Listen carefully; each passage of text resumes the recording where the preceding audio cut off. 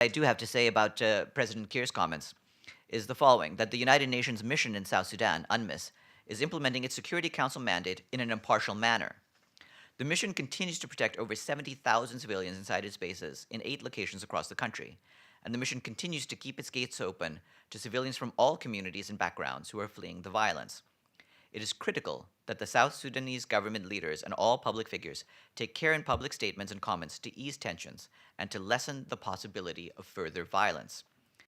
We also issued a statement attributable to the spokesperson for the Secretary General on Ukraine last night. As Assistant Secretary General Ivan Simonovich stated at the briefing yesterday following his visit to South Sudan, it is clear that all sides have committed serious human rights violations against civilians.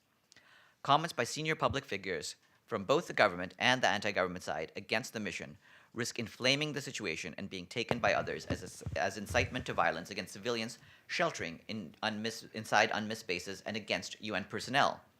In such a volatile situation, it's time for careful, measured public statements aimed at calming and not inflaming the situation. And last, the force commander of the UN mission in the Democratic Republic, senior government minister, along with SPLA soldiers, attempted to enter the UN mission protection site in Bor, which protects nearly 10,000 civilians. In order to maintain the civilian character of the protection area within the UNMISS camp, the mission informed the minister that only unarmed civilians would be allowed in, without weapons or cameras. The Secretary General is particularly disturbed that United Nations staff were threatened by South Sudan military when they refused to allow armed soldiers to accompany civilians to visit the UNMISS protection site.